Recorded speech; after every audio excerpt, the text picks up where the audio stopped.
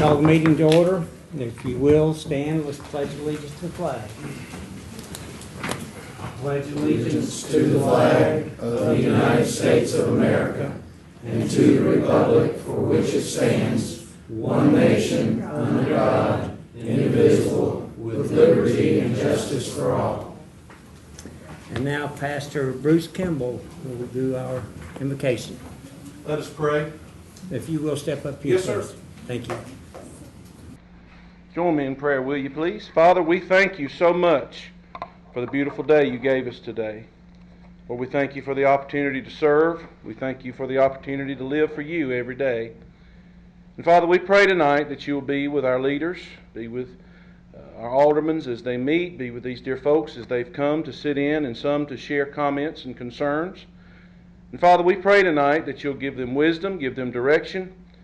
And Lord, most of all, we pray that you will be with Alderman Carlos, Lord, tonight as he is not doing well. Brother Mr. Showers, Father, I pray that you will minister to him. Be with the doctors, be with the nurses, be with the staff as they minister to him. Be with his family, Father, as they go through these times of uncertainty and discomfort. Lord, we pray for your will to be done. Father God, we thank you for a place where we can live and serve each other, live for you. And Lord, we pray that you'll bless this meeting tonight. In Jesus' precious and holy name we do pray. Amen. Thank you, sir. Yes, sir. Okay. As we've already mentioned, Mr. Showers is going through some medical issues right now. And he is touching base with his doctors, and I think over the next week he's going to find a direction in which way he's going to go. And make a long story short, keep him in your prayers. He wants to come back as soon as possible. If you have a cell phone, make sure it's turned off. And again, talking while the meeting is going on is not acceptable. You have to respect and have concern for the rest of the folks who are in the audience. So please give them your respect and don't be talking back and forth, because this is a small room and it bothers the rest of the folks here. Thursday, September 19th, we are having a drop-in reception to express appreciation and thanks to those who serve on town boards and commissions. It's going to be 401 Laurel Circle Drive. And you need to RSVP to the town clerk by September 5th, 2019 if you plan on attending. And that's all I've got as far as announcements. The proclamations award, we have Vice Mayor Maggie Tuttle going to give a proclamation that she's dear to her heart. Yes, I want to do this out front tonight. I'm going to use my teacher voice so you can all hear me. It's my privilege to give this proclamation because it certainly is near and dear to my heart, and I'm sure to many of you who are here tonight.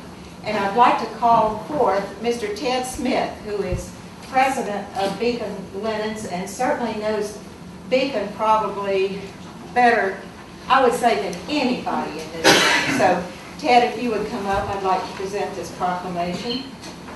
It's a proclamation honoring Beacon blankets. Whereas the Charles D. Owen family moved to Beacon Manufacturing Facilities from New Bedford, Massachusetts to Swannanoa Valley in 1923 by rail and built Beacon and Beacon Villages with a general store, bank, gas station, and other needed goods and services, as well as a Catholic church, St. Margaret Mary's in the Greymont community. And whereas it is fitting and proper to honor and pay tribute to Beacon Blankets, who have provided livelihoods for thousands of employees and families in the Swannanoa Valley for over 4 generations. And whereas from approximately 1925 through 2002, Beacon produced an estimated 500 million blankets, including 7 million for World War II. And whereas Beacon Blankets Make Warm Friends slogan became known worldwide as a maker of all types of blankets, making Swannanoa a home of the Beacon blankets.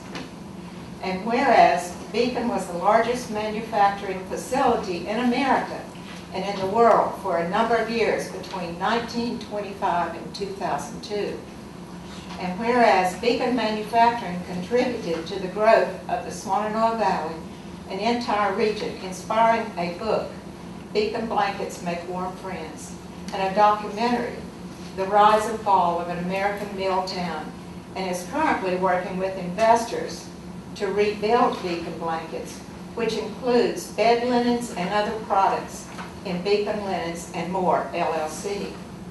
And therefore, I, Maggie Tuttle, Vice Mayor of the Town of Black Mountain and Board of Aldermen, express sincere appreciation for the contributions made by Beacon Manufacturing over the years to the citizens of Black Mountain and Swannanoa Valley, and extend well wishes reestablishing Beacon Blankets to continue producing American-made goods. Signed this 9th day of September 9th, 2019. So, Mr. Smith, thank you.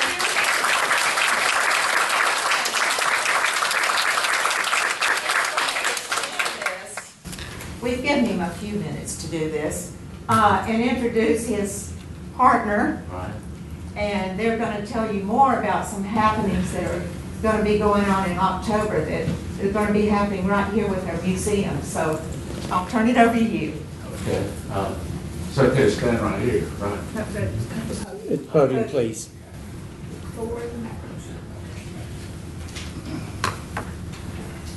I do know several people here, and if you know me at all, you'll know that it probably takes me 5 minutes to tell you what time it is. So I'm going to do you a big favor, and I'm just going to introduce my partner because he's a real pro. He can say things in a whole lot less time and actually stick to the subject and everything. But yeah, she's right. Beacon is very near and dear to me, and always will be. Anyway, I'm going to introduce Steve Hutcherson, who's our CEO. And you see, we have just a short slide presentation. This will be about 4 minutes or a little bit less. And Steve and I have a similar background. We've known each other since 1981. He probably knows more about making sheets and bedding than anybody in the United States, and I don't say that out of bias. He ran the product development area for Fieldcrest Mills. J.P. Stevens, Wamsutta, he couldn't keep a job. Now, we've been doing this for 45 years. We've had a few job changes, but anyway, Steve, if you'd come and take these people, we do appreciate the time and being here. This means a lot to us. Thank y'all. Yeah, we really do appreciate you having us here tonight. Ted and I been friends for a long time, but after retirement we decided to start this new company called Beacon Linens. And our goal was to create proprietary, unique products in a market that's dominated by, first of all, price, second of all, price, and the third most important thing is price. So, so far we've been successful. So we've created 4 items right now that you cannot buy any place in the world other than from Beacon Linens. The first one is that we have a patented construction on fitted sheet. You know, a fitted sheet gives most people fits. They don't fit. They don't stay on the bed. And so we created one. We got a patent on it about 1.5 years ago. The second thing is an antimicrobial sheet. Now, the biggest thing about antimicrobial is pronouncing it. But we have an unbelievable process that we did not create, but we created this sheet and used somebody else's technology in it. And this sheet will kill bacteria, it'll kill viruses, it'll kill fungus. And for anybody that has cancer, every cancer patient has a suppressed immune system. these sheets we know will help you because it will enable you to sleep in a clean environment. The third thing that we've created is the Beacon brand. We're bringing the Beacon brand back. We're using that brand in blankets, and as you'll see in just a minute, some other products too. We're making comforter sets, we're making sheet sets. And then the fourth thing that you can only buy from us is a new thing.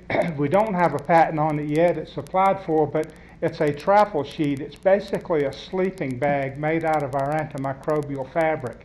We took it down to Fort Bragg and showed it to the Army, and those guys went crazy over it. They said, "Are you telling me that we could go out and spend 30 days out in the woods and we'd still be sleeping in a clean environment?" And I said, "Yeah, it won't clean the mud off, but it will keep you safe." So then those are the four things that we've done so far in the last 4 years, but we've also got number 5, number 6, and number 7 on the drawing boards. We just haven't finished the development of them yet. And with the demise of the U.S. Textile manufacturing over the last 30 years, we initially have had no choice but to import what we're doing now. So everything that we're making right now, we are importing. But we've always had the idea, and maybe you could call it a dream, is probably a better word, to make our products in the USA. As we have discussed our Made in the USA goals with our foreign manufacturers, mostly in Turkey and India, we've been really surprised because these people over there share the same dream that we do in a way. They want to invest in America too. They want to manufacture products. Our blanket manufacturer in Turkey has already told us as soon as we get the volume that we need that they'll open up first a sewing factory, and then they might not open it up, but they'll finance it, and then they'll start doing anything that we can sell. They'll do it here. Then that was music to our ears, but the most important thing for us is that we would really like, first of all, to create our own manufacturing here with domestic investment, and that's our goal. I've got a short PowerPoint presentation. I just want to show you, this will give you an idea of some of the things that we're doing. You can see as we rebuilding the brand of Beacon Blankets, Make Warm Friends. This is a pattern that was, these are all Beacon designs that we have developed the rights to. So this is a pattern we made in a blanket. The first one we brought into the warehouse. We sold it on our webpage, and I guess 2 weeks after we had this, we sold our first one. We got a letter in the mail from a lady who said she saw it on our website, and she had a blanket just like it that was bought at Montgomery Ward in 1930. It was still in the same box, still had the same paper label on it. It was exactly the same blanket, except this is a newer version. Okay, this shows you what that same pattern looks like as a bedspread. This is Johanna, the best-selling pattern that we have. These are beautiful patterns. Nobody in the 1900s, there was nobody in the whole world that could make these designs in a woven fabric but Beacon. This is Inca. You see what it looks like in a comforter set here. Okay, and look, there's the bed, there's the comforter set. It's a beautiful product. Now these comforter sets right now we're making them in India, but we also know of a place right in Henderson County where we can make exactly the same thing as soon as we can. This is Sheila. This pattern was the last pattern that Ralph Lauren used. He got this pattern from Beacon. Then I'm not getting along with this thing. Okay, this is Agawam. Agawam is we made this in 2 different colorways. The other one has turquoise in it where the rust is here, and it's actually outselling this pattern. So this is Chief Henry. This is a very new blanket. We just got the first production coming in. And Ted, if anybody has a chance before you leave here, you ought to feel this blanket. It's this blanket, we're making it, there's no other blanket that we're aware of in the world that's made with this construction.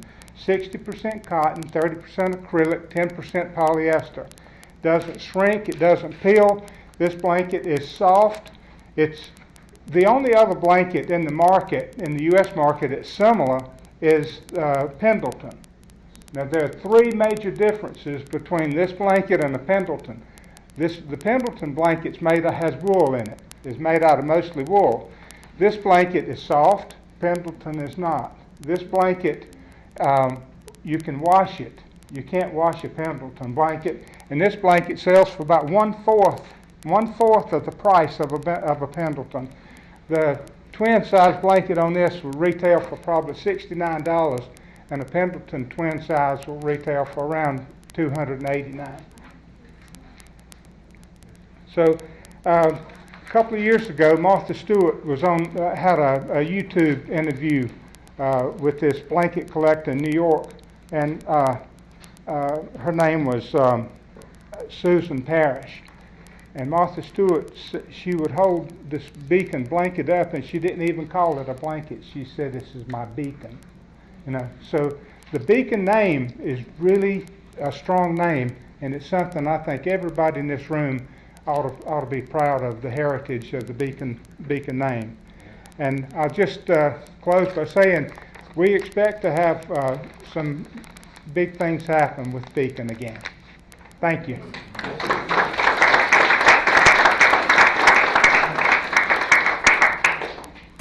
All right, we've got, We really appreciate this business. Thank Yes, you. sir. Thanks a lot. Yeah, thank you all. Is that your stuff under there? Oh, yeah. Just my computer, that's all. All right, thank you. You're welcome. we've got several folks that want to talk about the daycare, and I'm assuming you'll want to wait till we bring that up into new business. So I'm not going to ask if you want to speak in citizen comments until that point. We do have a couple of other citizen comments. The first,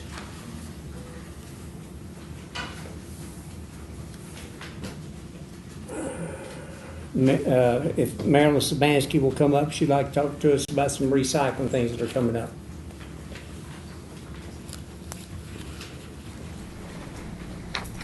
Good evening, everyone. It's September, so it's time for the Hard to Recycle event to rotate back to this end of the county.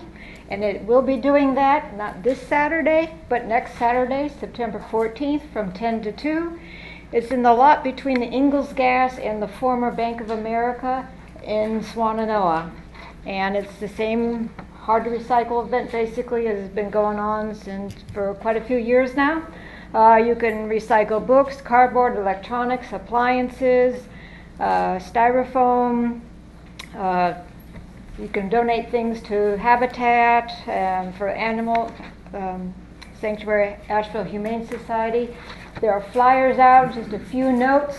The TVs and CRT monitors is a $10 recycling fee.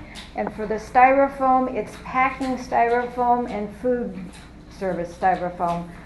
No peanuts though, just the sheet in the molded, and it's $1 per bag or $5 per car or truckload. So there are flyers all around. You can get it on the web. If you have questions, contact the vendor on the right side of the page. And it's a great event. There's been incredible turnout, and it's a great way to clear out some stuff and recycle it as well. Thank you. Thank you. 10 to 2. All right, next, Evie Googe.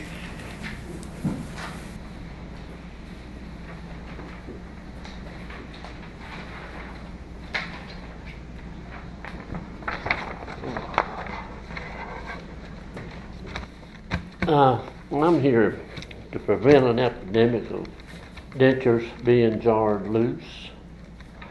I'm here to keep Ed Buchanan's tailpipe from being shaken off. I'm here to keep the horses from bouncing out the back of Don Collins' trailer. And I'm here to prevent dogs and kids from falling out of the back of a pickup truck as they all go across the railroad crossing in Grovestone. So I'm here to ask the town board if they might consider a resolution sent to the North Carolina Department of Transportation and Norfolk Southern Railway to see if they can do some repairs on that railroad crossing. Thank you. Thank you.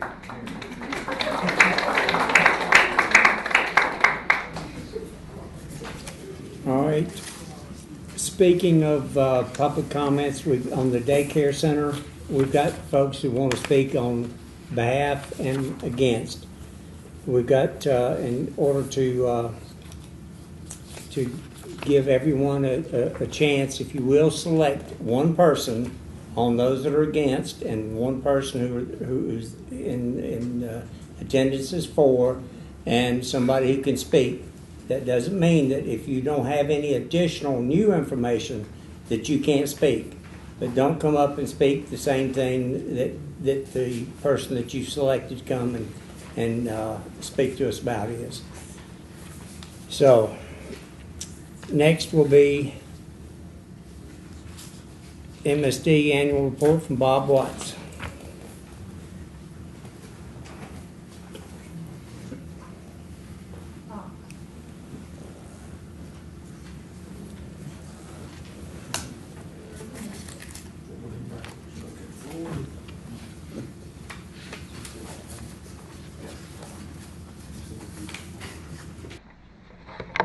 First of all, I bring you greetings from the MSD board.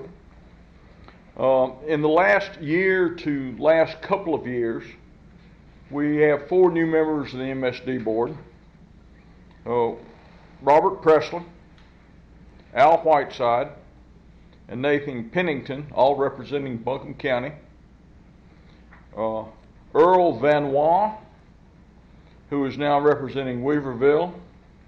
I don't know how you pronounce his name when you see it spelled, but that's the way they call him. But other than that, board's been real stable.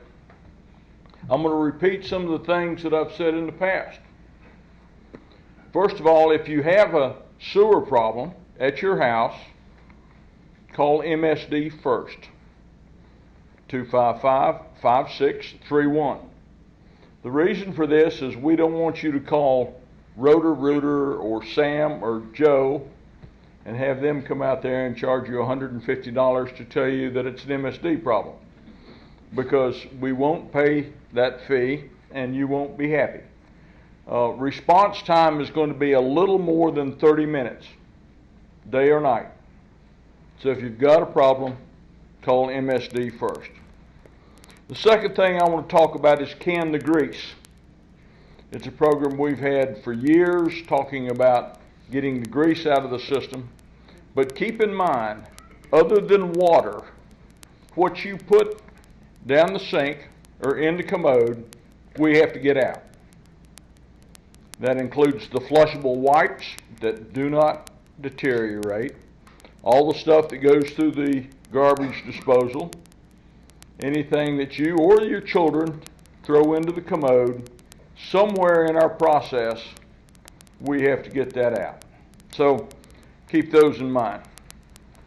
The other thing I want to talk about is a 10-year capital improvement program. I was glad that Josh came out this year for it. Every year we update our plans for the next 10 years. It's not in stone. It's something that can move back and forth depending on what the town or the municipality or the county is planning on doing. But every year we update it and we look at a 10-year program.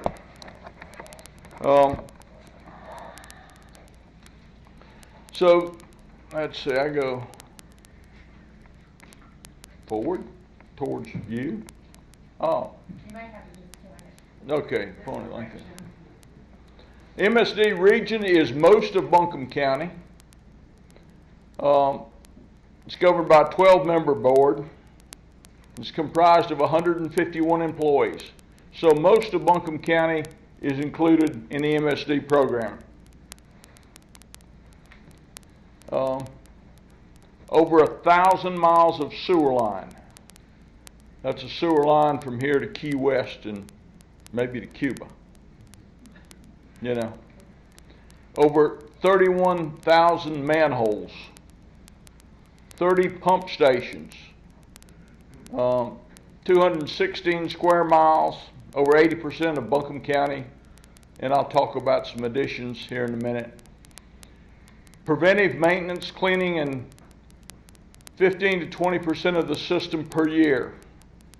Average response time is 31 minutes.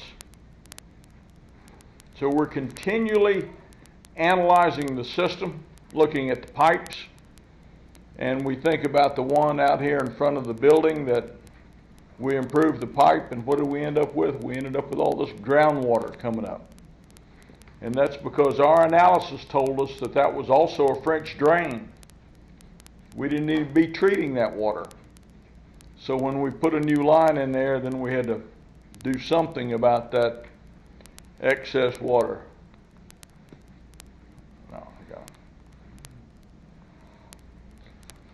We rehabilitate about 40,000 feet a year.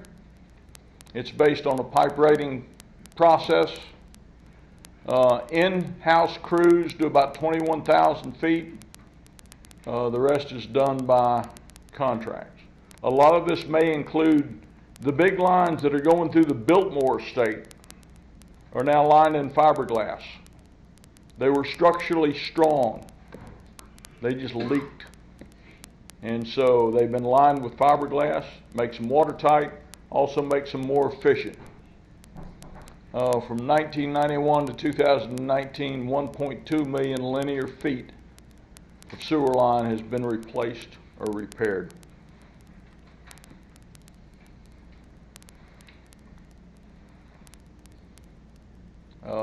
Red lines are formally completed projects that have been done in Black Mountain area. Purple lines are in-house projects. Back in the early 2000s, we put a major collector system up the Swannanoa River to serve all the way to Ridgecrest, all the way to Montreat. This is the treatment plant. 40,000 million gallons a day is what we can treat. 65 million is a peak. It's the largest RBC, a rotating bin collector, in the world. There's 152 of them. It's those large white things. We'll get to that slide closer up if I can figure out where I'm pointing to. All right. Took Angela out there in what, January? Yeah. Angela would have crawled on her hands and knees through mud to see what was going on in this plant. I think she really enjoyed it. If you look at the stuff that's in yellow, it's actually not painted that color, but that's part of the headworks. We replaced 3/4 inch bar screens with 1/2 inch bar screens. That's to get the big stuff like the disposable wipes that y'all throw away. After that, we went to a 1/4 inch size screen to collect all the fine stuff. The fine stuff collects on the screen. Then that material collects the grease. To the right there where you can see the equipment used to be an old system for collecting grease. These two new components have tripled the amount of stuff that we're able to remove from the waste stream before it gets to the main part of the plant. So they have been very effective. The two large domes that are in yellow were used in the process plant years ago, are now used to reduce the surge on the plant. So if we've got too much material coming into the plant, we can store some of that until it drops down. Heavy rains produce surge. We still have people that like to have their roof drains hooked to the sewer, basement drains hooked to the sewer. They're not supposed to, but we get this tremendous peak. Where the dirt's going there, kind of next to the yellow blob, is going to be a new high-rate primary treatment system, which will be superfine sand mixed with chemical. And again, we're trying to get these fine solids out of this before it goes to the rotating bin. That's going to be the new high-rate primary treatment building. In construction now.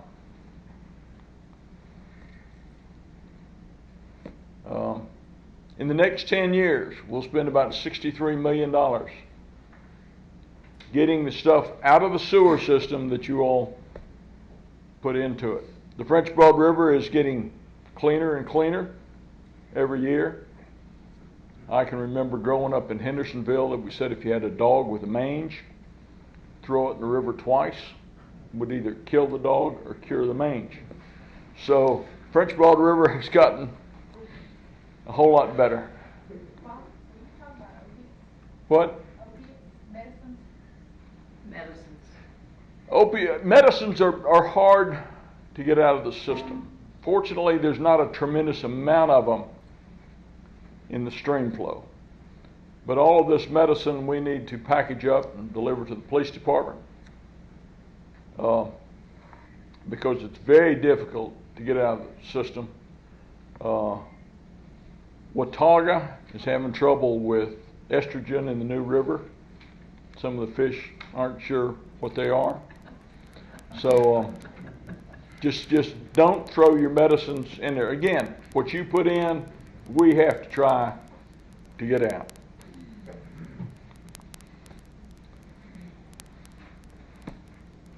$34 million comes out of domestic user fee, $3 million out of industrial fee, $2.1 million out of facility and tax fees, $2 million out of interest income, and another $15 million comes out of user fees.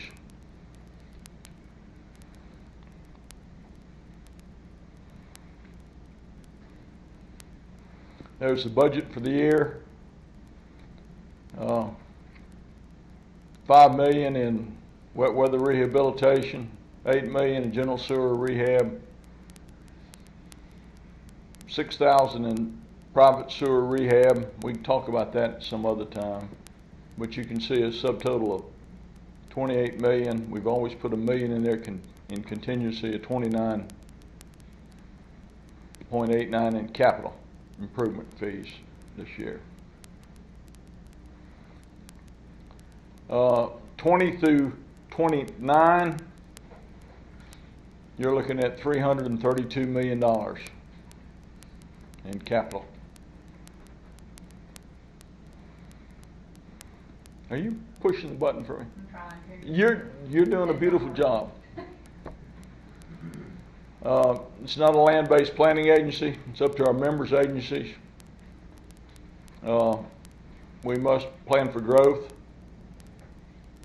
And we talk about some of these major rehabs, Carrier Bridge, Weaverville Pump Station, some of these others. Punch it again.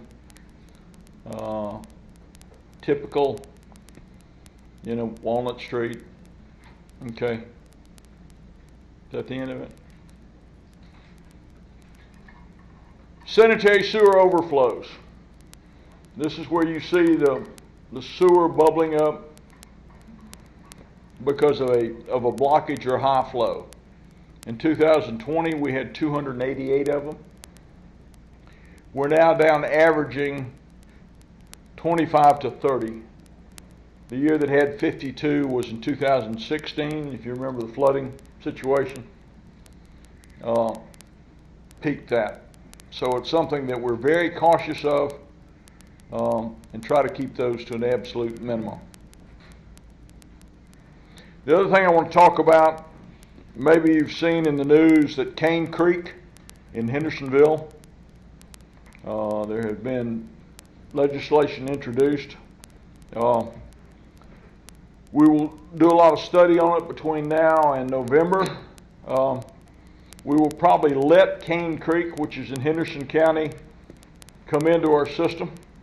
We have been treating their waste for years. Their system is basically new, so there's not a lot of rehab in it. The big controversy over the last 4 or 5 years has been the number of board members, and right now I think we're willing to accept 2. It came around several years ago, and Henderson County wanted 3, and we weren't sure what Fletcher and Mills River would do about it, but now legislation has limited it to 2. We'll be looking at that in next 3 or 4 months, and I think probably by early 2020 we will accept and let them come in. So it's been a pleasure bringing this information to you. If you've got any questions, you can call me, send me a text, send me an email, and I'll try to answer your question. Thank you.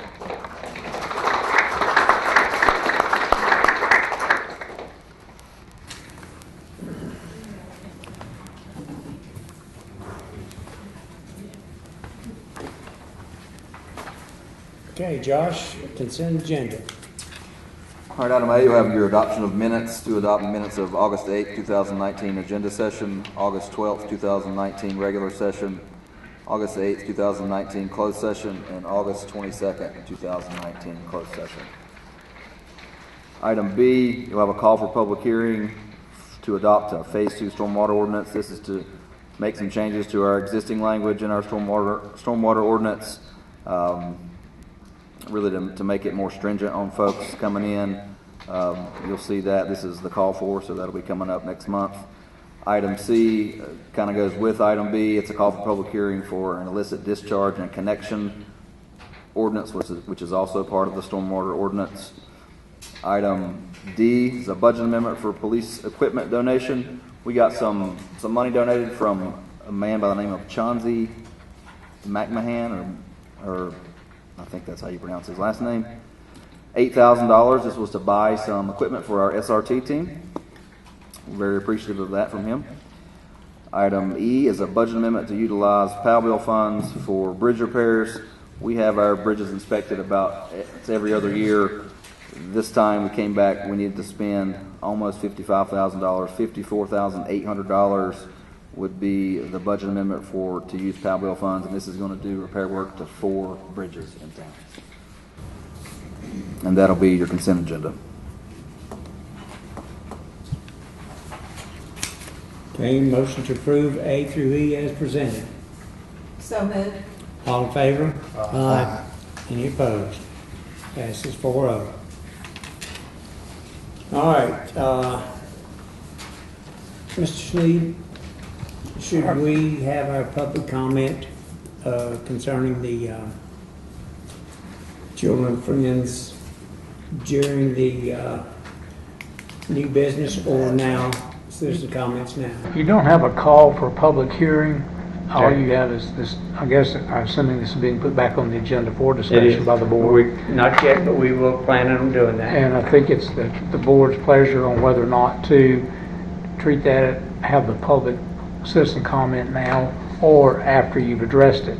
I suspect having it during the citizen comment period as it is on your agenda is going to give you that input before you just decide how to go forward.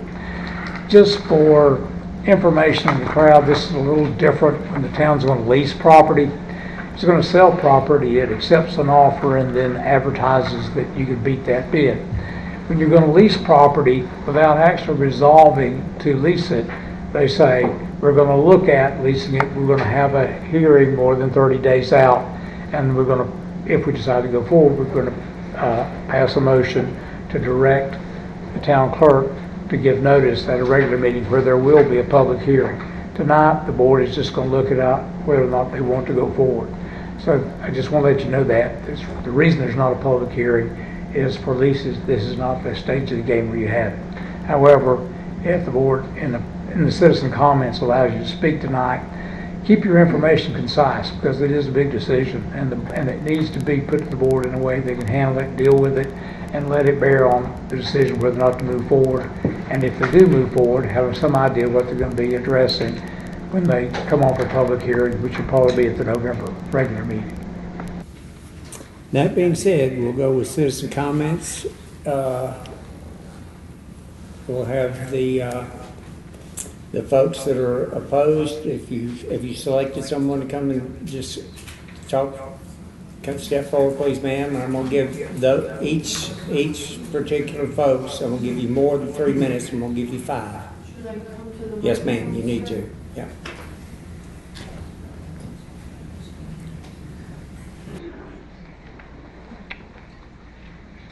My name is Faith Butterfield, and one of the things I love about Black Mountain, excuse me if I'm a little nervous here. The first thing I loved about Black Mountain was having a community garden where all people, even those that live on steep slopes, could gather together to get their hands in the dirt and produce food that we donate to this community. At the John C. Wilson Community Garden, we donate over 4,000 pounds of food every year. And it came to my attention 2 weeks ago as I was planting one of the biodynamic beds with chard. Someone commented, "Can you imagine what that building is going to look like on the hill?" And I said, "What building?" I was totally unaware that there was a plan to develop Veterans Park South. And I reached out to a lot of people, got a lot of information, and I'm continuing to do so. In 9 days, we have collected 500 signatures that I will present to the board tonight. It's actually 542. Each signature is a story from someone who loves this community. Each story is about people, veterans, that had their first flag ceremony on the green hill of Veterans Park this past May. Children and families that loved walking the trail next to the endangered pollinator beds, which were created to give food for monarch butterflies and honeybees. It's like a way station. And people love walking there in the peaceful green setting and looking at all the beautiful flowers and trees that have been planted, and people that love to play disc golf and walk their dogs there. I am not against anything, so please, let's not be against. I am in support of this entire community, and I am in support of helping Children and Friends daycare facility find a better location. I have been with Bounty and Soul for 7 years. That is part of the circle of life. I plant the garden, I harvest, I help bring it to Bounty and Soul, we distribute it to the community. One of our first clients is Children and Friends Daycare. We still have a market there every Tuesday afternoon. And I understand the need for expanded daycare in this community. We're under tremendous pressure of high-density housing projects that are being built here right now. What I want to do is save that green space for the future gardeners, children, families, dog walkers, disc golf players, and veterans. And encroaching on that space would involve a tremendous amount of infrastructure. I have the facts and figures, $642,000 for infrastructure alone. And then putting up a building, a fenced 17,000 square foot playground right on our green space for the children of the daycare facility. I am going to propose a different location. And I have reached out to Mr. John DeWitt. I don't know if he's here. Hello, Mr. DeWitt. I am your advocate, and I will be your ally. And I intend to be the advocate to preserve this space in perpetuity. I'm going to advocate for let's zone it back to mixed-use recreational. Green space is threatened by development everywhere here. So I have identified a location, and I'm going to propose it to the board. I've already sent out a letter. I don't know if you all received it. And I went to visit this location today. The access is a 2-lane paved road right off of Blue Ridge Road. It is a level area with no trees. It is fenced. There is a sidewalk on the perimeter with beautiful wildflower beds. I understand that having a garden nearby is very important for this daycare facility. It's already there. The parking is already there. I counted more than 100 spaces right there, and I know that Parks and Recs has been given a $300,000 grant to develop the north side of Veterans Park. Thank you, ma'am. And I advocate for dropping that facility right on. Ma'am, thank you. I'm talking for all the people. I understand, but you have a certain amount of time. We need to be fair to everybody. So I gave extra couple minutes, so next person up, please. You said only one person could talk. That comes from the other side. I don't want to take sides. I'm not taking sides. If you have additional points, you come in. Okay, who should I present this petition to? These are all original signatures. I'm Emily Sampson. They've been 9 days collected by the citizens of this town. This is very important. My name is Emily Sampson. I'm a resident of Black Mountain.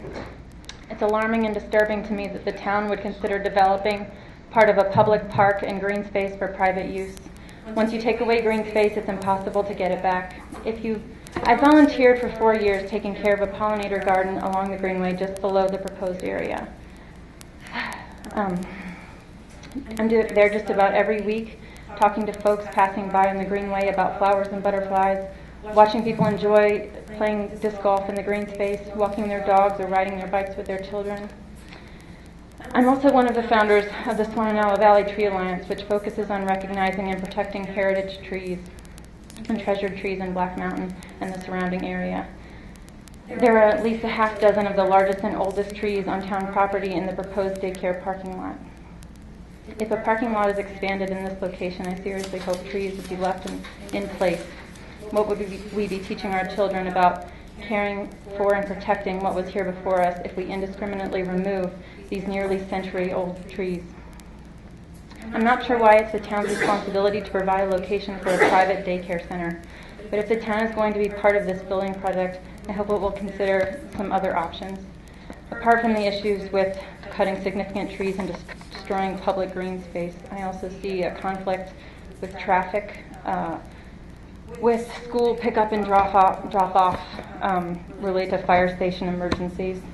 I think there are lots of other options that could work, including possibly putting a daycare center where the fire department is and relocating the fire department. It seems like it would be nice for the daycare to be there where it's near the garden and the green space. And I don't know that a fire department needs that. So thank you for listening. Thank you.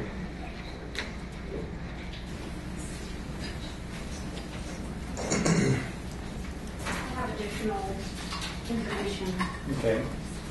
You will give us your name and where you live. I sure will. My name is Ann Lutz. I live at 211 North Park Lane.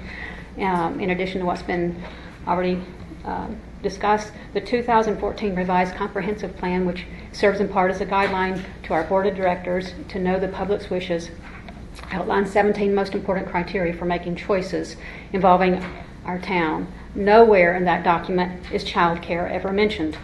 Prominently mentioned in the top 5 items were walkabilities, greenways, and green spaces.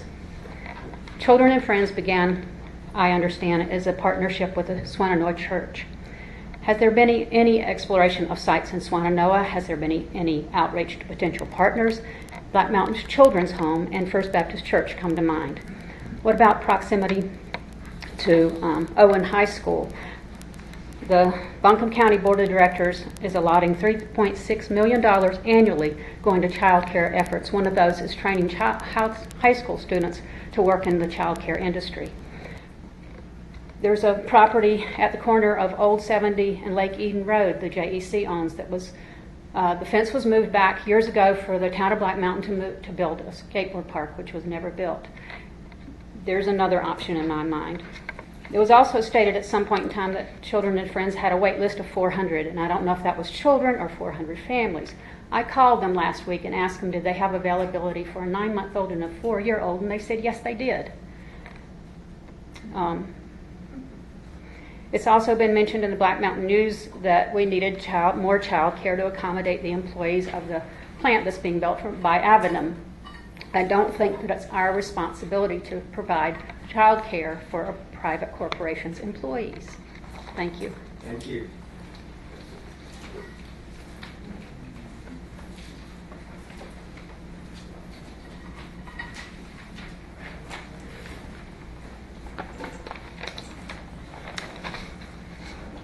Good evening.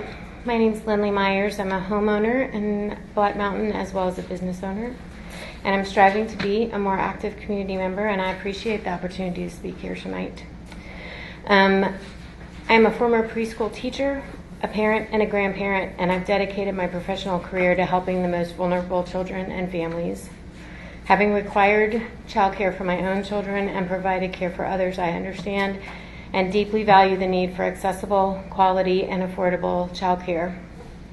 I would like to see Black Mountain continue to look for the ideal situation for the Children and Friends child care facility, and I too would like to be an advocate for that process. I believe this community can accomplish that without sacrificing the limited dedicated green space we have as a town. The first sentence of this resolution reads, whereas the town of Black Mountain owns vacant and unimproved land located on White Pine Drive as described herein, that the Board of Aldermen finds is currently surplus to the town's needs. This land has been dedicated as Veterans Park. It's not surplus to the town's needs, it's serving the town's needs. The park isn't merely holding space, waiting to be assigned a more productive or commercial use. It's fulfilling its purpose as a place for recreation, community gatherings, family outings, fitness, sports, and our community garden. I think it's a mistake to view green space as that is being enjoyed and utilized by the public as vacant or unimproved. Rather, we should view this park as a critical component of a healthy community.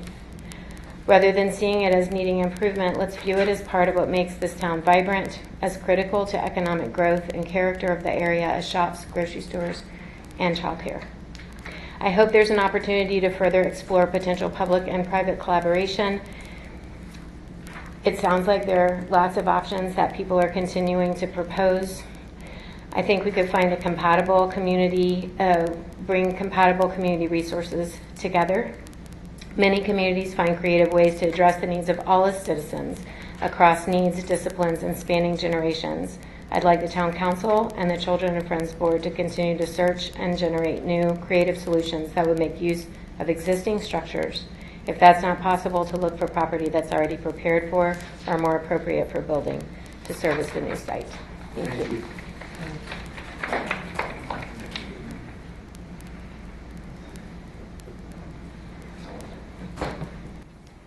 Mr. Mayor and members of the board, thank you for the privilege of being here tonight. And friends and neighbors, my name's Olson Huff, and I'm here to say something about the value of our support for children. I feel in many ways like a person who has 3 legs because I've been involved in all of these issues you're talking about tonight.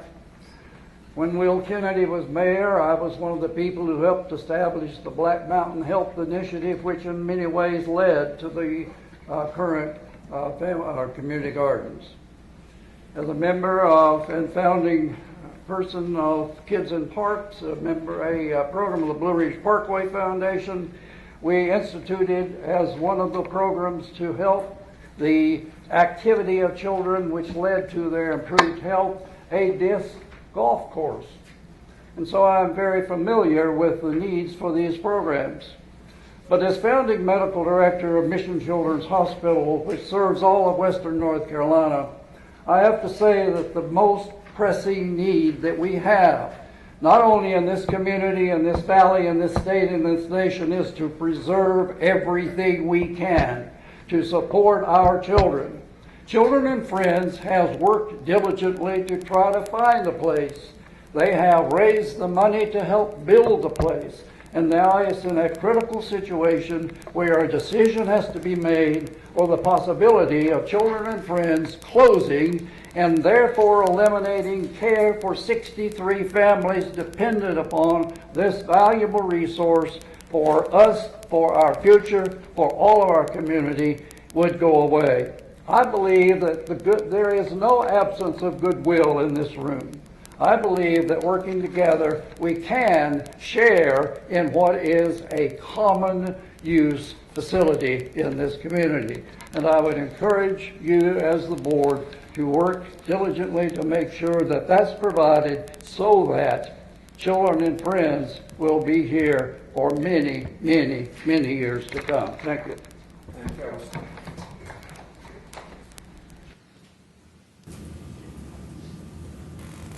Okay, seeing no one else, we'll go on then to number 7, unfinished business.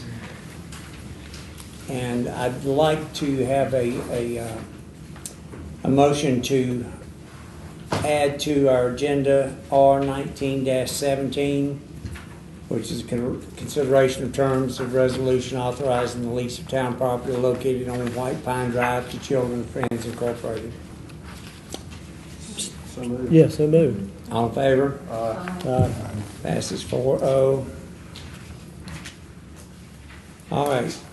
Unfinished business. Consideration of offers received to purchase town-owned property located on 2992 U.S. Highway 70. Josh?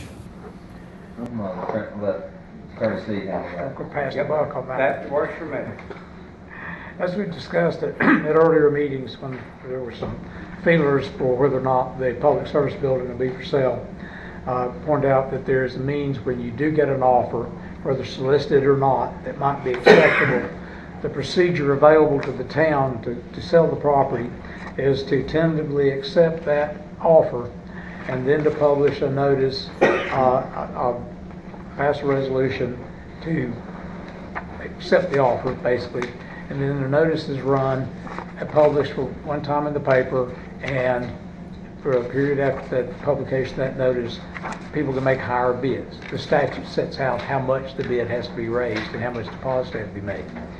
Each time you get such a deposit, a raised bid, then it's that notice at that higher price is published, and again you've got the period in which higher bids can be put in. At the point where you have received the last bid and it's not accepted, that's your high bid, and you can close on that transaction, sell at that price under the conditions in that bid. So I think tonight, I haven't seen the latest version, but you may have written offers in front of you.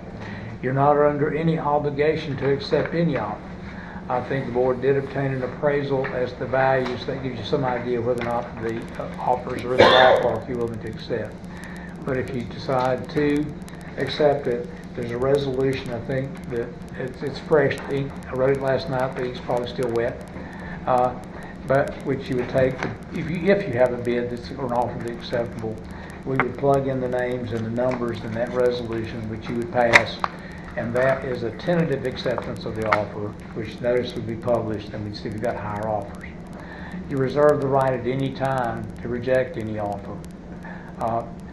Sometimes you get offers, but the terms that come with them may be not as attractive, so that's another provision.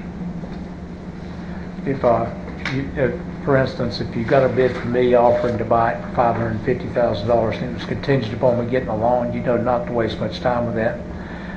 If I were dealing in cash, it's a different deal. But you are able to reject offers along the way. So the point now is, and you're at that item on the agenda, are there any written offers to the board to consider? Yes. Yes. Yeah, dated August 23, 2019. Are we all looking at the same one? and that offer, the offer for $527,000, if I think I touched base with Josh on it, but if you do the arithmetic, that would be the appraised value with the less the commission, which we would not have to pay, factored in. So they backed out a commission is basically what they've done. And so I'm inclined to, I'd sort of be curious what the rest of the board thinks before I make, or if somebody makes a motion, but I'm inclined to, I think, Ron, you said to tentatively accept would be the phrase to use, and then we publish it and move forward. If you go 10 days and there's no upset bid, then you have a deal and you go on to close it. Right. Still have to negotiate, but this is not too much to negotiate at this point. But that would come. Yeah. Okay. Good. I'd make a motion then that we tentatively accept this offer for $527,000. Okay, would that be a resolution authorizing the deficit bid process to sell town property, 2992 U.S. Highway 70 to Black Mountain Machine for the sum of $527,000? It would. That's be my motion. We have a motion. All in favor? Aye. Any opposed? All right. On to new business.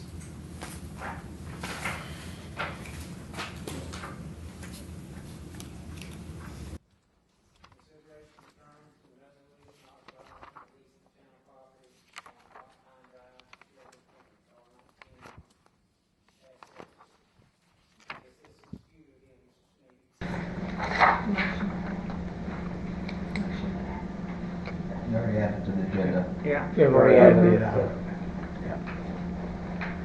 Okay, the town has the ability to rent or lease out any of its real property.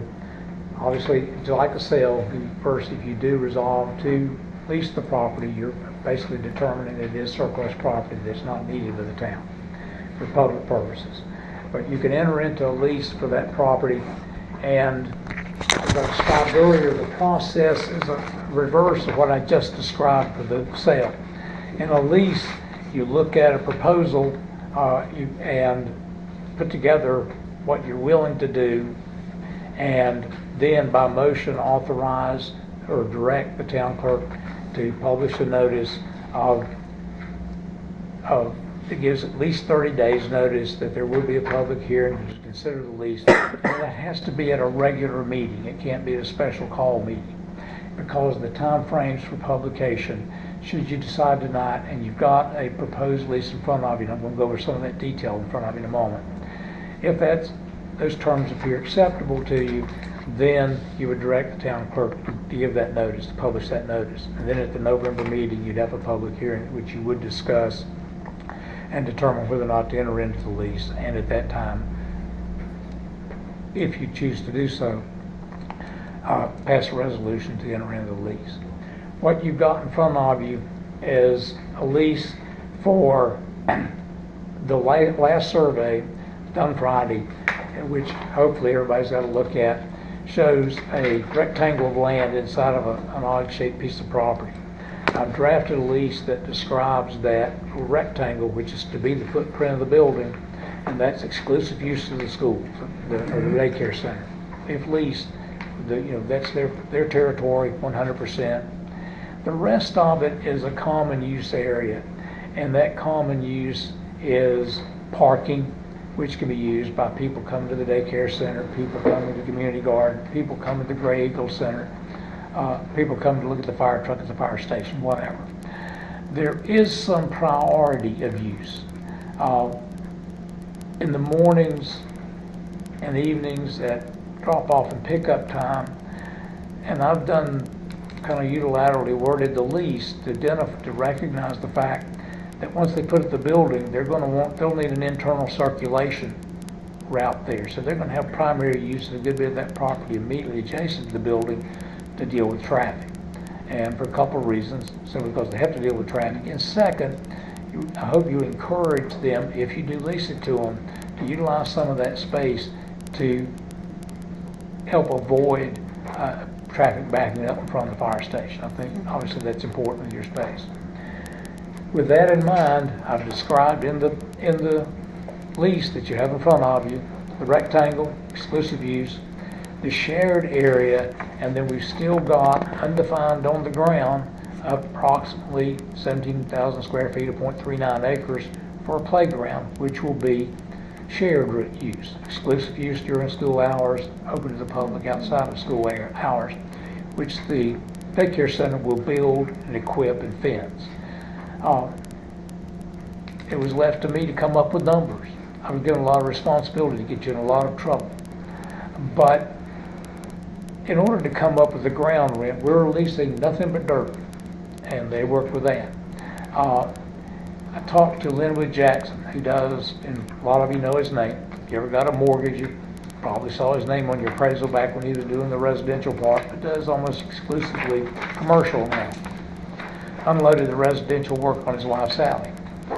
But I talked to him about the location of the property, access to commercial activity, access to the property itself. So, and Linwood did this without cost to the town, said here is where we began as appraisers. We looked at the value of the property right now. If you needed a thumbnail guesstimate, we would look at that property, look at the tax value of the property, bump that by 20% to allow for the fact that property tax assessments are low, and then look at that value. And typically on a ground lease and not in a high commercial area, you want to recover the value of that land every 10 years from your rent. With that, obviously I couldn't use our tax value because we have none, but I looked at nearby properties of similar areas. I've given you a rent analysis, I hope made to you, where I picked those and just looked at the areas and roughly assigned values to the rectangle and to the larger parcel. Multiplied those by 1.2 and then made some adjustments. For the footprint of the building they have exclusive use to, we're right at 100%.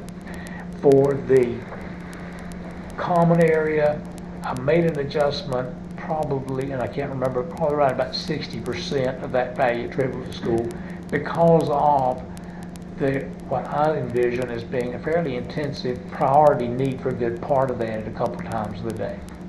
And you can look at those numbers and you can take them or toss them, but I've given you numbers that have a rational basis. Those numbers are, once the playground's in place, with the numbers I used, would be $9,000 a year. That works out in the end to be $750 a month. Prior to the playground being built, the lease as I've drafted it, and again, like I said, you left me lots of room to get you in trouble. This board hasn't given me further direction since you only just got it. But I put the playground will not get paid for rent for that area until it's identified and the playground is constructed. And that value I placed at $10,000 or so rent would be $100 a month or $1,200 a year, $100 a month. That would take the rents up to $750 a month once the playground was in, $650 a month prior to that. That's the rental structure I've created. This board can do whatever it likes with that, but I thought I could do that much, give you a beginning point based on the guidance that Linwood gave me on trying to figure out values. The lease provides, it's a 10-year lease. As you know, if we go more than 10 years, it's a sale, and we're back to what we talked about a few minutes ago.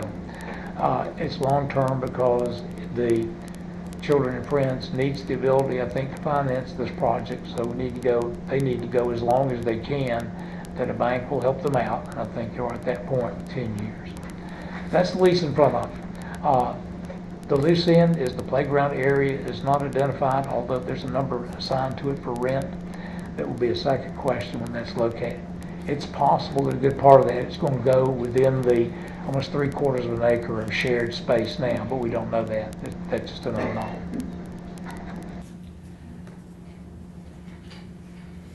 Okay.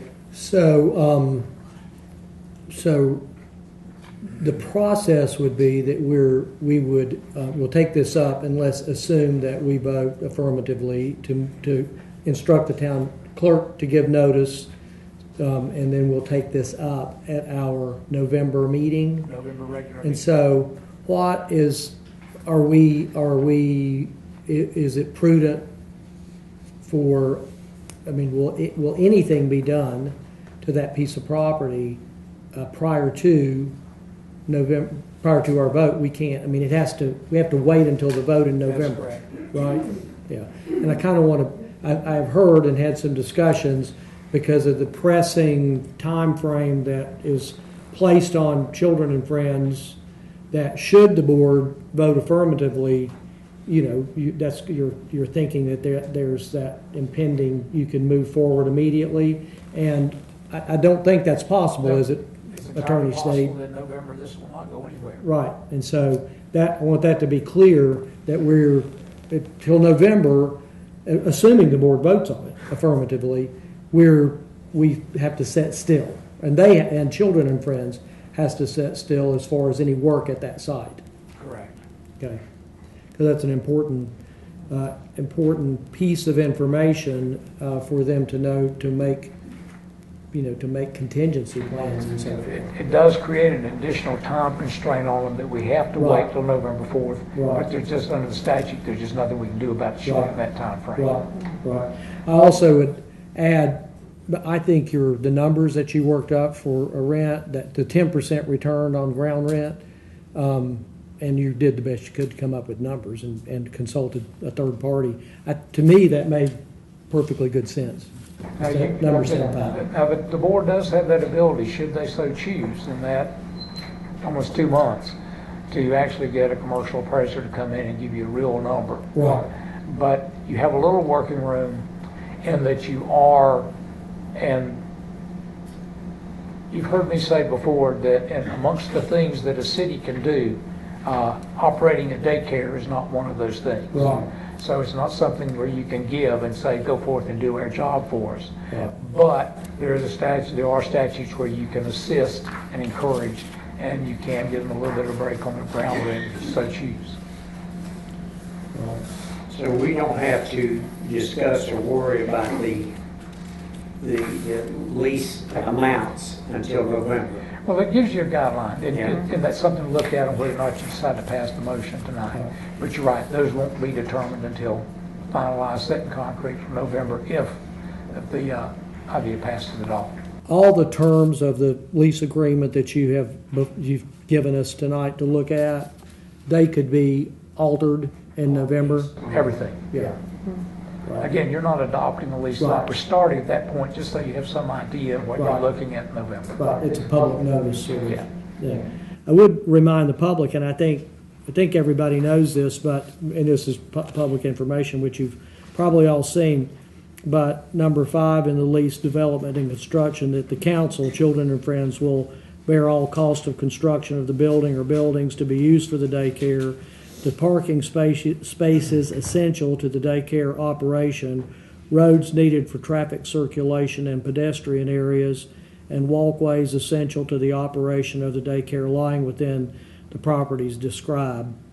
The council will construct and fence the recreational area or playground when its location is determined and surveyed.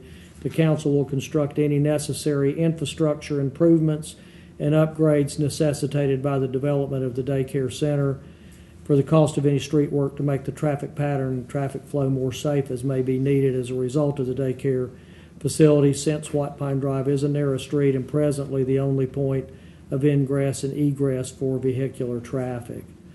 And so a lot of it was mentioned in some of the public comments, the traffic flow, and that's not news to any of us. And some of that, we don't need to get into the weeds on it tonight, but there's some of that, the road business. It's what it is, and that is somewhat a current responsibility of the town for those improvements that are needed for the town facilities over there. So there's going to be a little parsing there, but I think it should be easy enough for us to understand what's being done because the daycare building is there and what is the town's responsibility. But there's some of that. Am I fair to say? That's a fair comment, isn't it? There will be some of that we'll have to just look at and make decisions as we move forward. But the general trajectory is the daycare has to be responsible for the building and its construction. And the big piece is a sewer line that has to go in. And so that's not news, but I think it's good to keep it out in the public that the sewer line, which has to go down toward the river and under it, as I understand it, it's not, I don't know what that is, but it's unfortunate that you have to, that's an added cost, but that's just what it is. And I think it's important to know that that would not be the town's responsibility. It just couldn't do that. So I would also add, while I've got the floor, that there's not anyone's comments here that I don't agree with. I can understand every bit of concern people have for green space, certainly for the garden and the good work that goes on there for the community, for green space, greenway, the garden. I would add that if you look at where the building's setting, it's setting in a place that is kind of a parking lot, and it's going to be like very close to the adjacent to the current fire station. And so it will not impact the garden directly. It will not impact the greenway directly. It will not impact the play area, all the green space out there where the people play golf directly. There will be some, because one of those golf holes goes back up toward that building. So there's going to be some slight on the edges. But is it going to be some impact? Of course it will be. There's going to be a new building there. If it all occurs, there'll be a building there. So I certainly sympathize with everybody's comments, but I am inclined to give notice and let the lease move forward. That's my thinking. I'm curious if the rest of the board feels any differently or has any comments. Oh, I agree with you, and certainly I've been reading the letters and emails, and I agree with you, Larry, that I certainly understand everybody's perspective. But for me, in reaching my decision, trying to, people say, what are you going to do about affordable housing, affordable this, affordable that? And this is one of the areas I feel like we, as a town, can contribute. And that's my perspective. And that's where I'm coming from. Right. I think it's worth mentioning, and correct me if I'm wrong, but I think I'm correct in the number, but that the county commissioners allocated $400,000, 200 to children and friends, and so our tax dollars, all of our Buncombe County tax dollars, the commissioners have seen it appropriate to support daycare, expanded daycare in Buncombe County.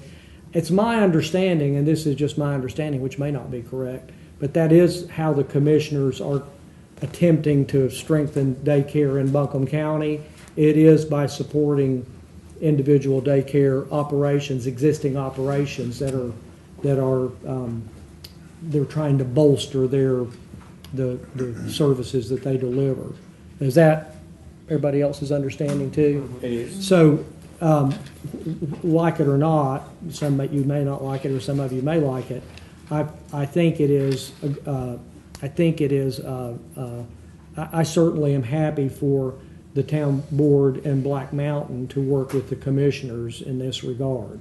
And so, I personally, I know it's a sacrifice for those who feel differently, but in the realm of all the things that we sacrifice and work and try to compromise on together, for that site, which is currently not a garden, it's not, it's a kind of a parking area and a place where the firemen cut grass, to use it as to allow it to be used under the terms of this lease for the nonprofit to build, Children and Friends to build a daycare center at their cost, at the cost of the daycare center.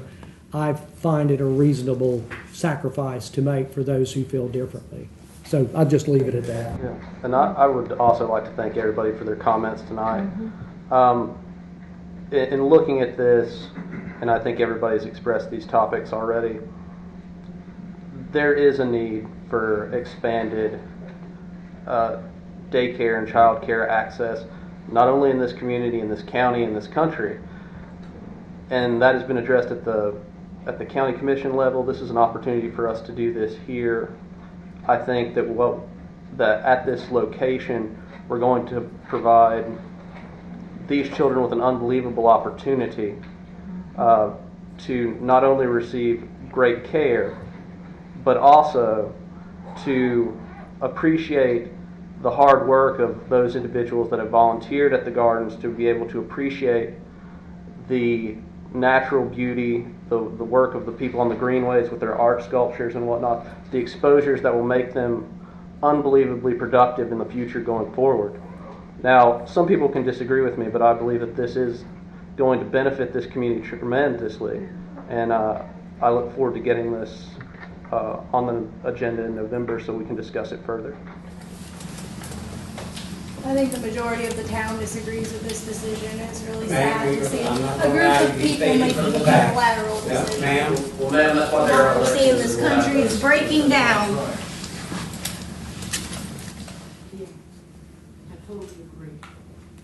If you'll leave too, please. I would be happy to leave. Thank you. And you'll be hearing from me. I have another page to submit to the petition.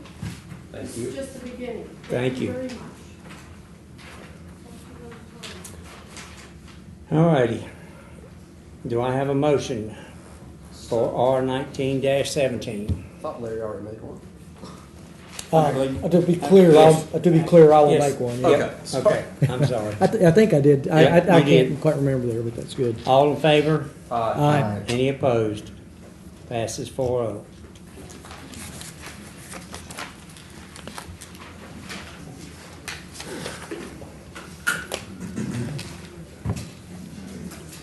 All right. Map amendment for rezoning, 300 Flat Creek from SR2 to TR4. That's Mr. Sneed.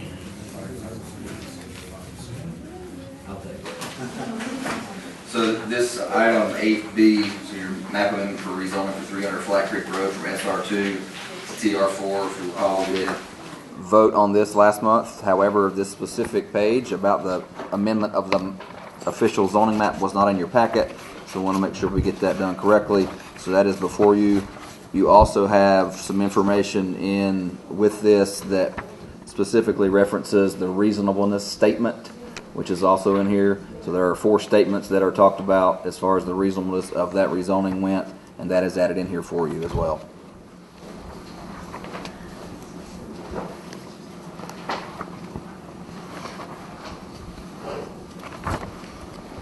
At your last meeting, you've had your public hearing, you had your discussion, you found that it was in compliance with the master plan. We just failed to have the actual ordinance passing the amendment in your packet with the reasonable standards. So basically, all you need is a motion to pass the ordinance and adopt the standards for reasonableness. So motion to approve ordinance 019-20 as presented. All in favor? Aye. Any opposed? 4-0. All right, Josh, this system development fee. So, this new item that was introduced by the legislature, we passed our ordinance in July of this year. Since that passage, it's been a little bit difficult for staff to interpret when and who we charge these fees to. We did have numerous conversations with the School of Government and the League of Municipalities on moving forward. They suggested that we pick, a date and time, really. And what we've got in here, we're going to be revoking Section E of the previously passed ordinance and replacing it with 1 through 5. This will pretty much put everybody the same. We will be charging these fees for new development when people get a building permit now. So that will be a way for us to track it instead of having to go back and forth figuring out when a subdivision was recorded, when a permit was pulled. It was very difficult for us to do that. So also with this, there'll be, as I mentioned in the agenda meeting, we'll be doing some refunds to a couple folks that we've charged. And in the Section 5, there'll be folks that have already gotten some tap fees for the first, looks like, 4 months, March to July, that will not be held. This ordinance won't be applicable to them as far as the system development fee goes. Everything else with it stays the same. All right, motion to approve, or no, do we want to discuss it anyway? No, it's good. I appreciate the fact that we've come back around and we're able to make that more reasonable. That's great. Motion to approve 019-23. So moved. All in favor? Aye. 4-0. All right, Josh, Tomahawk stringback restoration. So this is something that was worked on over the past few years. We did do a section of Tomahawk Creek as it flows through the golf course a few years ago. This is our next phase of that stream bank work. $25,000 is the engineering contract for this. This is our dollars that we have budgeted in our capital for. We'll put this money back every year, and we did that for this. This came out of our watershed restoration plan we did a number of years ago, and it's to help try to remove the Swannanoa from the 303D list. So that engineering work would start as soon as possible, and construction hopefully after golf season is slowed down some.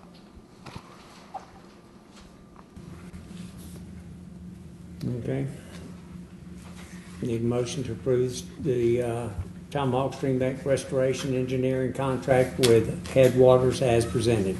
So moved. All in favor? Aye. Okay. Josh or Dean? Which one wants to present this to us? Come on, Dean. Well, the contract with the Mueller.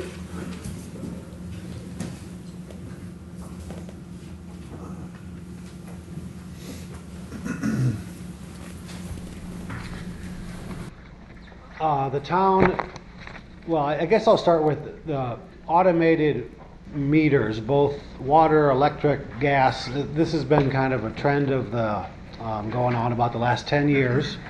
And the town has sampled some Mueller meters. These are the same meters that the town of Montreat and the city of Asheville have used. We've had about 50 of them in the ground for close to 3 years. With great success. These meters are also the same meters that we'll be taking over from Asheville, of the 600 new accounts, mostly located on the west side of town. Originally, we were going to use what's called the drive-by method, the AMR. In the last kind of year or so, the technology has increased a little bit, so there's something called the AMI system right now. And this is there won't be any driving by. All these meter readings will be electronically transmitted to town hall, the customer service, but really it could be to my phone or Josh's phone or any number of phones. So the town will realize we will know about water leaks really instantaneously. We'll be able to set parameters to say pretty much like if we see your water running for five hours in a row, it'll give us an alert, which we will then contact you right away and say, you might want to check your hose or your toilet or something. The town ends up writing off a lot of money on a monthly basis because of legitimate water leaks that citizens have. So this will save the town a lot of money in this respect. The way this works is that there'll first be about $150,000 of infrastructure work done. There'll need to be towers, 4 towers around town, and then there'll be 10 repeaters so that and we're being told that we'll be able to. We're shooting for 99.5% of the homes to be automatically read by all these meters. So there actually may be a small amount that on the outskirts of town someplace that we will have to still manually read. Or we could use those as a drive-by system as well. But the total contract price is about $800,000. At this point, Josh, you've asked me this question a lot, and now I can't. By the end of this year, we'll have over half of that money. Yeah. We've been putting away $125,000 a year. Right now, I guess we have 325 in there, and we're putting another 125 in this year. It's a big project. Many communities are already using this technology.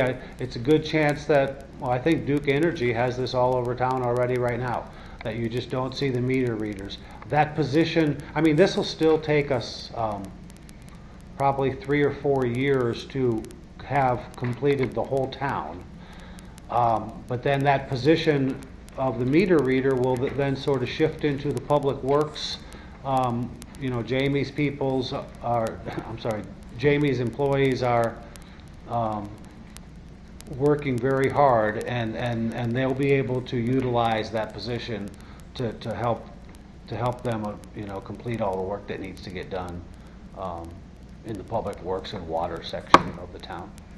So what we're asking right now is for the permission, I guess, for Josh to be able to sign the contract with Mueller Systems to go forward.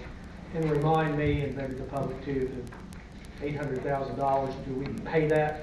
No. Well, excellent question. We won't be paying that up front because these meters, we'll be buying about $125,000 worth of meters a year. So that's why it'll take 3 or 4 years to get in. So we're not going to take out any debt on it. This was really money that has been in the capital improvement plan for, well, we've put it for 3 or 4 years. Yeah. And so once, and you may or may not know this, but I think you might, bet you do. Once it's fully implemented, right? What's the payback on it? Well, how does that work? You've got less employee. The payback, I think it was about 14 years as a payback, and then after that, you're actually sort of making money. Now, they're also, just by putting a new meter in the ground anytime, whether it was an automated meter or just one that Jamie puts in a couple a week, probably as it is, you're going to get more accurate readings. Right. So because as meters become older, the readings become a little less accurate, and it really is the town, it favors the customer, because as the meters get a little bit old, they don't quite catch every little drop of water going through them. So with more accurate reads, we'll also, I mean, they sort of estimate our revenues could go up like 5%. So, yeah. Thanks. All right. Any other questions?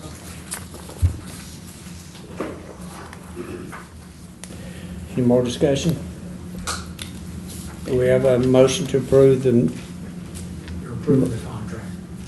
Yep, approve the automatic meter contract as presented. So moved.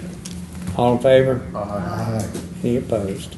Due to the size of this contract, Mr. Mayor, would you call for a second motion to direct Josh to sign that on behalf of the town? All in favor? Aye. Any opposed? Or on that also.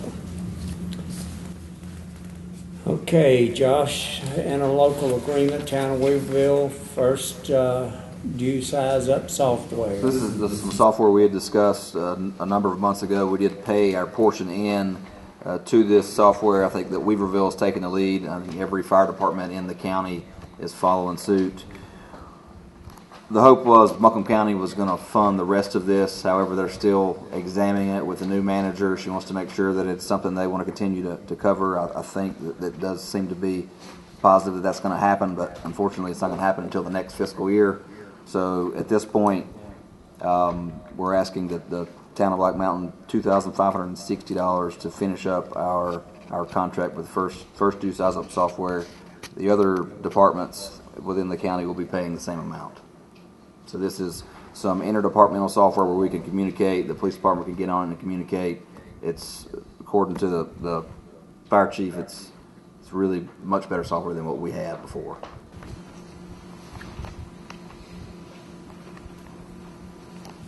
Any questions?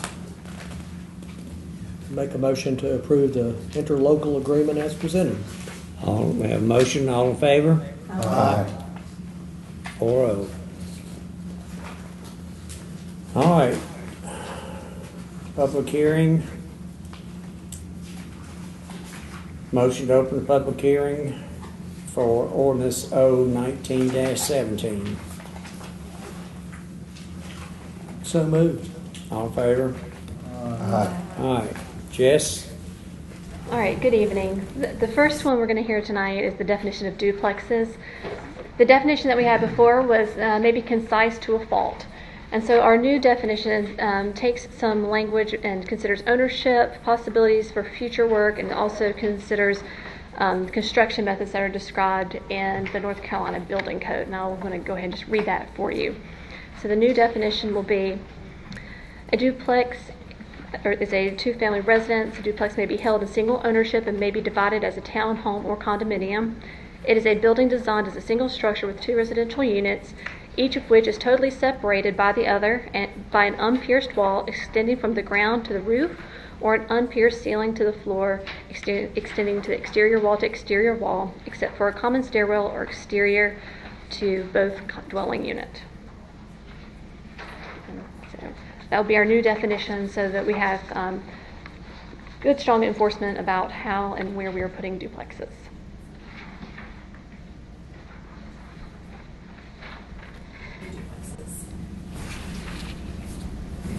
Discussion. Just really curious, would you pull that one? That's from? Most of it's from the North Carolina Building Code.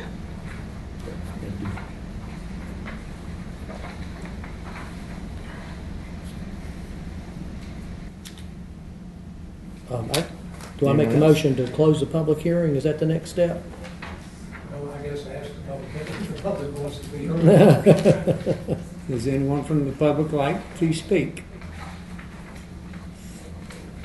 Seeing none? Motion Larry. to close. Motion to close the public hearing. All in favor? I need a motion to adopt the statement of consistency as presented. So moved. All in favor? Motion to adopt ordinance 019-17 as presented. So moved. All in favor? Okay.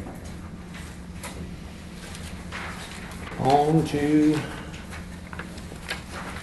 public hearing for text amendments to amend the time frame for non-conformities. Motion to open public hearing for ordinance 019-18. So moved. All in favor?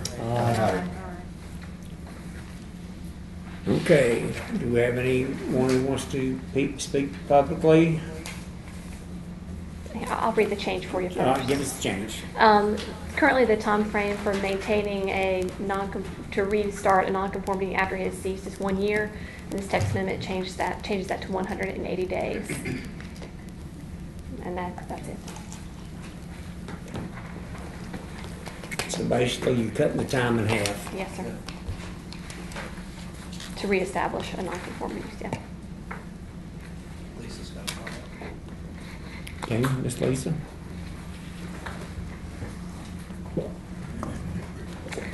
Lisa Milton, 406 West State Street. I would ask that you maybe think about the ramifications of this with respect to, I have a friend that she had a mobile home and it became a non-conforming use. It was not here in the town of Black Mountain, it was in another city. And her mobile home fell under it was a class action suit with respect to the water lines that were placed in a series of mobile homes. The mobile home was not livable until the water lines were replaced. She could not afford to do those. She had to wait until the suit basically ran its course. She was awarded the money to do that. In the interim, she actually exceeded the 360 days that were given in the city that she was in to be able to bring that in compliance. So by the time she got the money, she wasn't able to use it. And that begins to go towards the people who have maybe the least resources. And my thought is that, by shortening that to 6 months, I would hate to see anyone put into a hardship situation like she was, because she ended up having to move the mobile home out of the district she was in and incurred a tremendous amount of expense. So that's the only thing I can see with respect to shortening the time frame. Thanks so much. Good point. Is there any remedy in like a situation like that came up? Yeah, I've actually had experiences like that, and I've always managed these types of ordinances that would not be considered an abandoned use by the occupant. If somebody's had a tragedy, fire, or something like that, and they're dealing with a proceeding, that use is active while it's being sorted out, and the discontinuation of that use would not be determined until that process was settled. You good on that, Ron? It's a matter of interpretation. If that's the town's policy, to not inadvertently shoot somebody in the foot. But a typical, you can take this with whichever grain of salt you like, because it's always never suited me very well.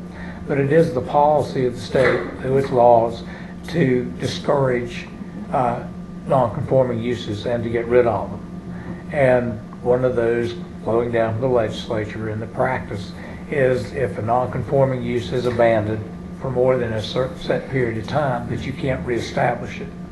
Well, Lisa would describe it, that is a sort of an unusual situation because the mobile home was still there through all that time, and I don't know which deadline ran on her. But for non-conforming use, if it's the town's policy not to pull the plug on somebody due to something beyond their control. But I think the key word, as Jessica's interpreted, is abandoned.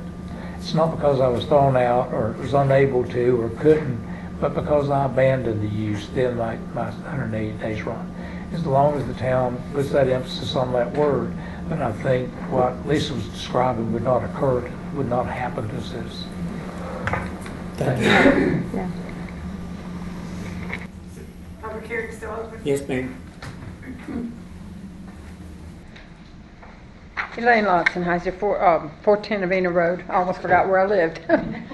What was the purpose of changing this anyway? Why couldn't it just be left 1 year?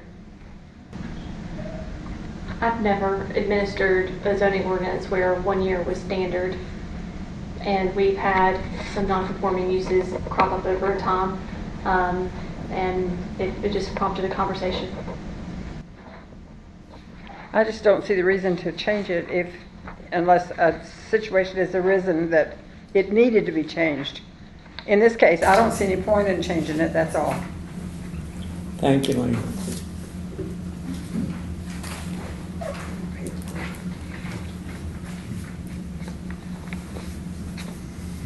Any other questions?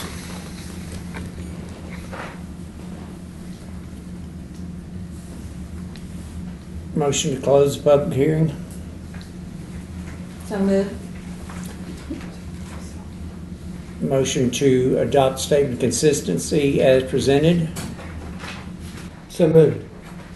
All in favor? Aye. Motion to adopt ordinance 019-18 as presented. So moved. All in favor?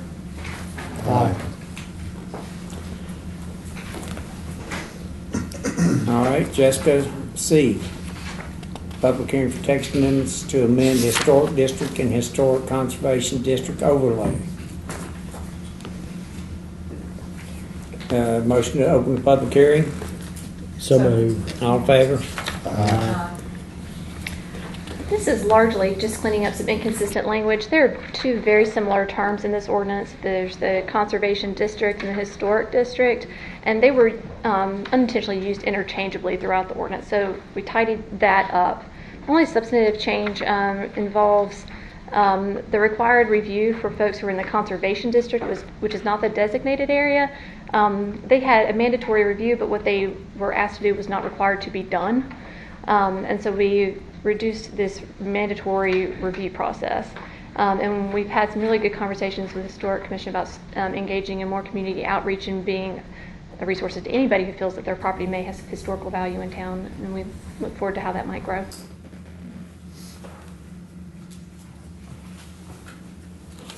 Any comments, questions?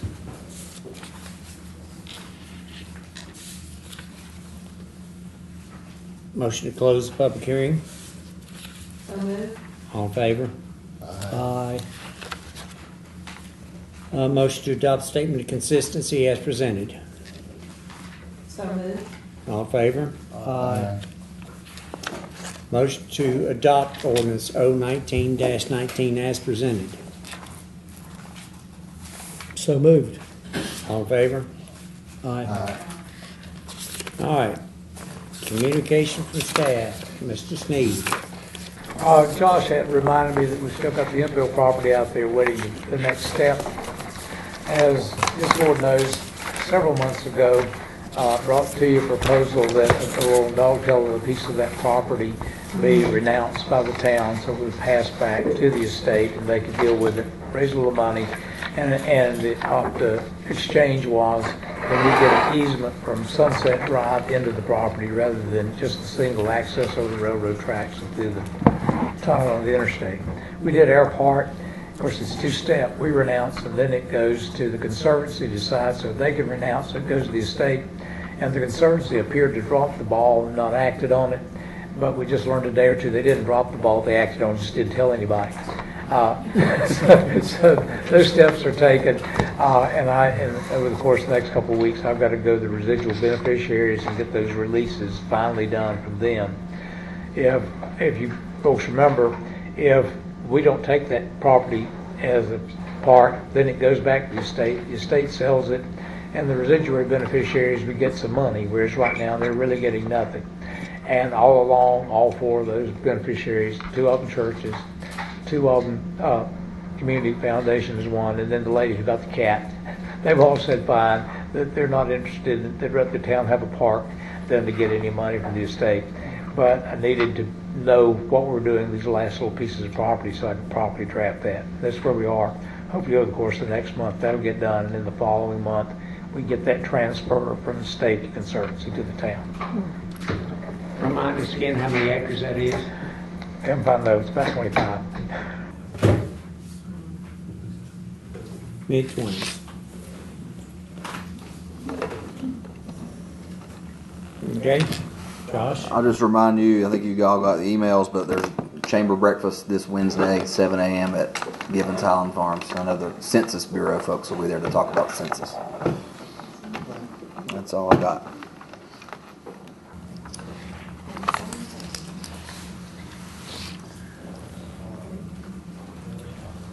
All right, communication from Board of Alderman.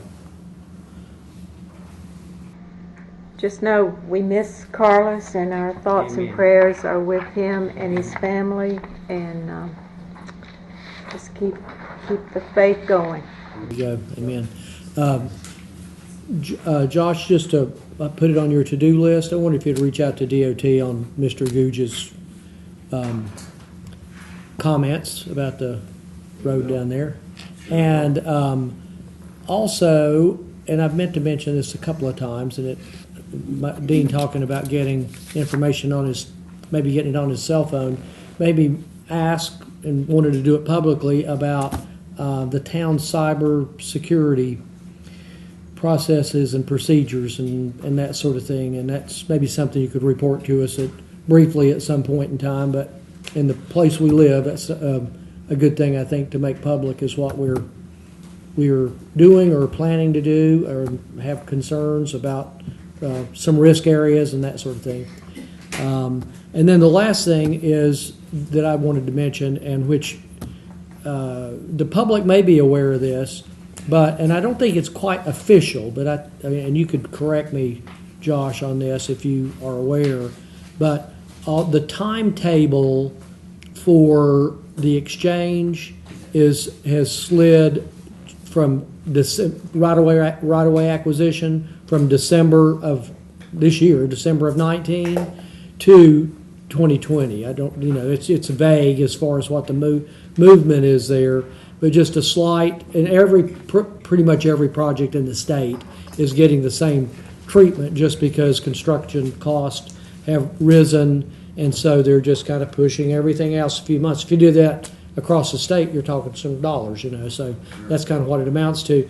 And construction is still vaguely, and it's not vague, it's 21 or 22, and because those are physical years, is that not right, Jessica? We received notification formally today that it's slid to federal fiscal year 23, which I think would be October 22. So you got a 23-22 slide now.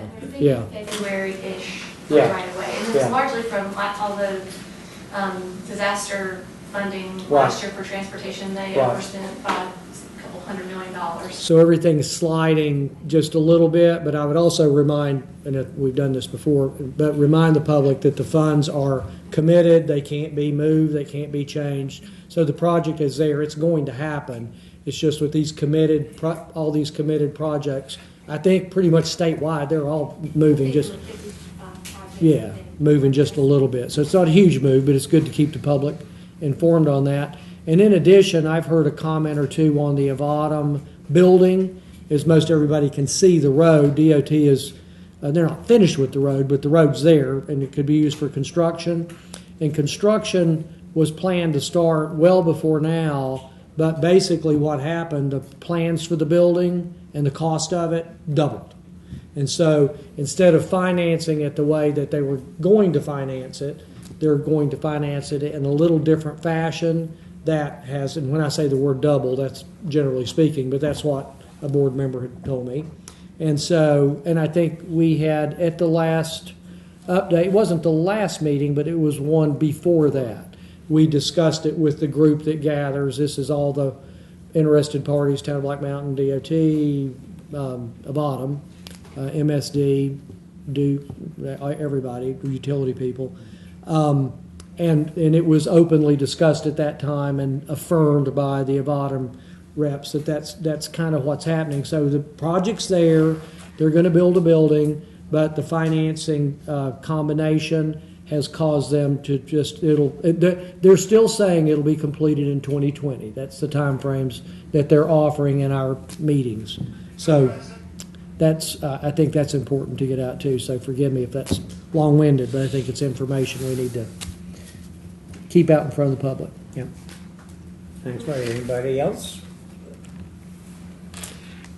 I have only one thing, and that's to say that the Children's Friends seems to be with some folks that they're just dead set against it. But I know this deep in my heart. The Children's Friends, once it's done, 2 or 3 years down the road, this is going to blend in with the community and be one of the biggest assets this town has had since the town square. There was a lot of upheaval about the town square when it was bought and how it got started. But look at it now. And my prediction is the Children's Friends, the daycare down on White Pine Drive is going to be the exact same way. It's going to be an asset and blending of people together. And I look forward to seeing it someday. But you won't consider someplace else? We have considered, we've had folks do that. Ma'am, Elaine, please. Talking out of turn. All right, with that, meeting adjourned. Thank you.